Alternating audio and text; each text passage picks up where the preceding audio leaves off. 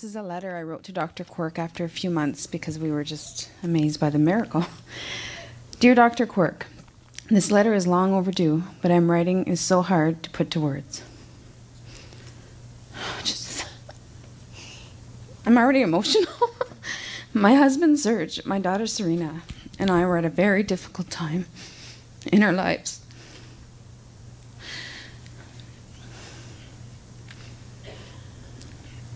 In 2005, Serena was diagnosed with Tourette syndrome and was having a very difficult time due to body tics. She could no longer attend school. She was depressed. She had very low self-esteem and was experiencing panic attacks every day.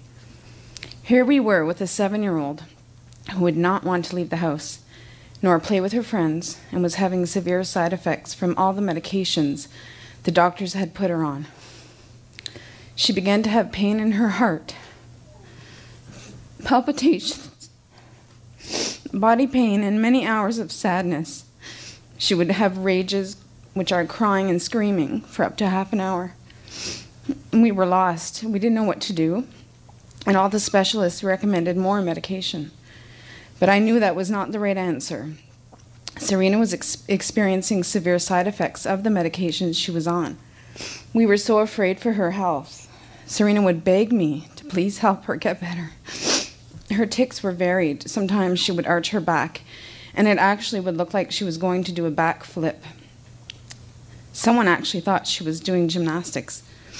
She would sometimes shake her head all day and then end up with a migraine. She always suffered from headaches. She one time began sticking out her tongue so much, with so much force, that she tore under her tongue and it got infected. She hopped, shook her hands. Some days she wouldn't. She would have about 7 different tics when she would walk. So she didn't want to go anywhere. Then the kids started to tease her and ask her why she did these things. Imagine her life. It wasn't too happy. We knew she wouldn't die from this, but she didn't really have a life either. School was not working out, and she didn't want to have to always explain to herself to other kids, so she blocked everyone out. We couldn't find anyone to help us.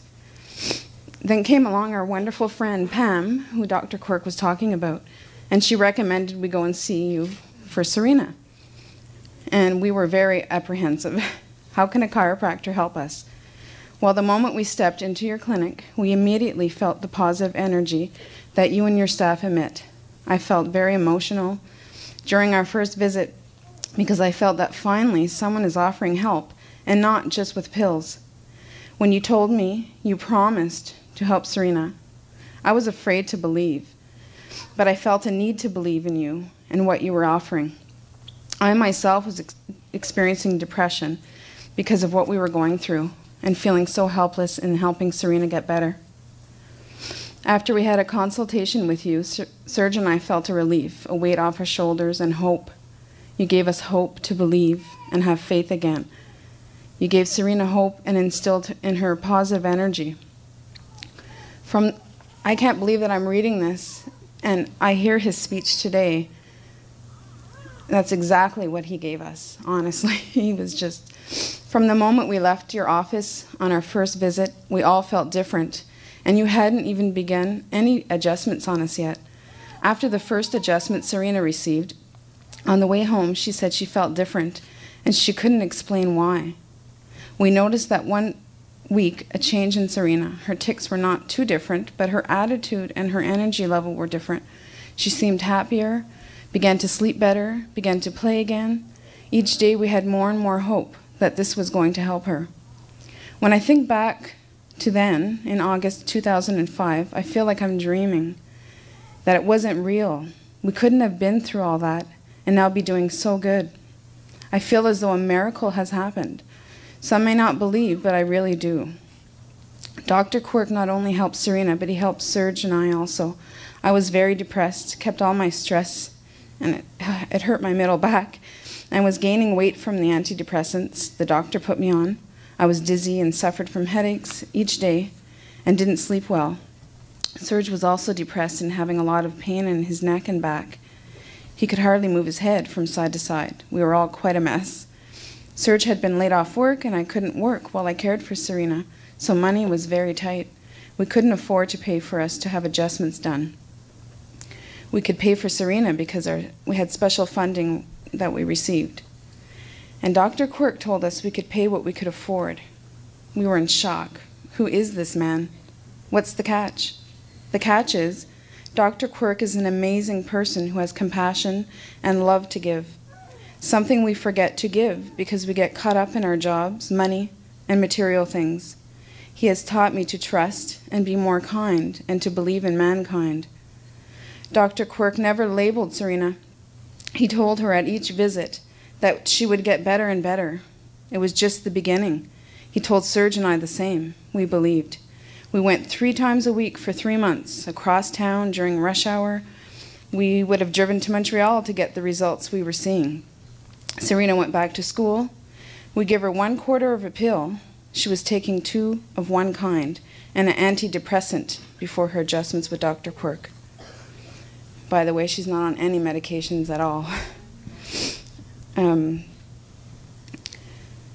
She began to laugh again and play with her friends. She began to draw again, something she stopped when she wasn't feeling well. How can we explain this? Everyone asked if she was on a new medication. Nope, she's seeing a chiropractor. And they'd be like, what? Everyone to this day is surprised. Some, I'm sure, think it's a coincidence that she started to get better as soon as we began to see Dr. Quirk. Why? Because we're taught that pills and doctors are the only ones that can help. I was one of those people. I was afraid to go to a chiropractor, yet I let the doctors give me pills that can cause strokes, heart attacks, etc. I myself feel so much better. I've been able to stop taking antidepressants. I lost weight and have tons of energy. Serge has quit smoking. He has more energy, and we both never have a sore back. Looking back, I can't believe we're the same family. Serena's now 8, but actually she's 9 now. She sings and hums constantly. She giggles all the time. She draws, plays the piano, plays Barbie. She has many friends. She has high self-esteem and actually tells me that she can't believe how she used to think she had no friends. I tell her that it wasn't her talking, it was the medications. She gets fewer headaches. Her tics have almost disappeared. If you were to meet her today, you would never know that she has Tourette syndrome.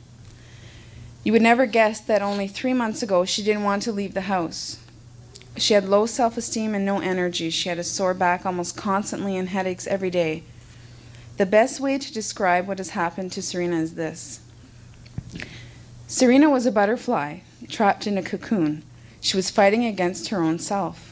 Her energy was trapped within her, and she needed help to let this energy out.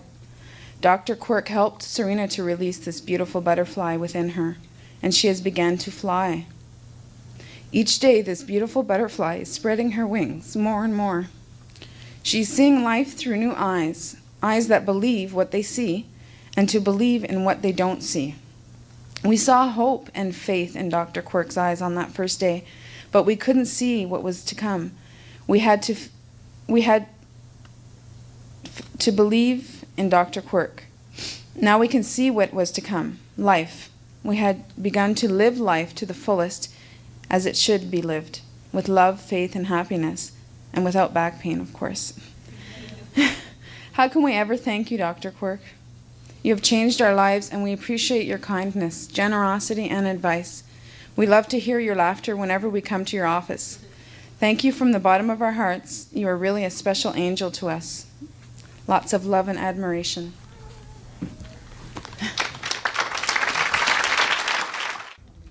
Believe. The butterfly is soaring as she flies through the sky. Her wings are so full now. Her colors are so alive. She has an energy so high now. She never expected she can do twirls upon twirls. She feels so electric. She sees all the beauty of the flowers below. These flowers she longed for you, yet didn't even know as she lands on a petal of a flower by a pond. She sees her reflection and she stares on and on. Oh, how she has changed from not too long ago. She can barely remember, but she needs to let go. The cocoon is no longer. She thinks as she leaps, I'm a beautiful butterfly. I just had to believe. This is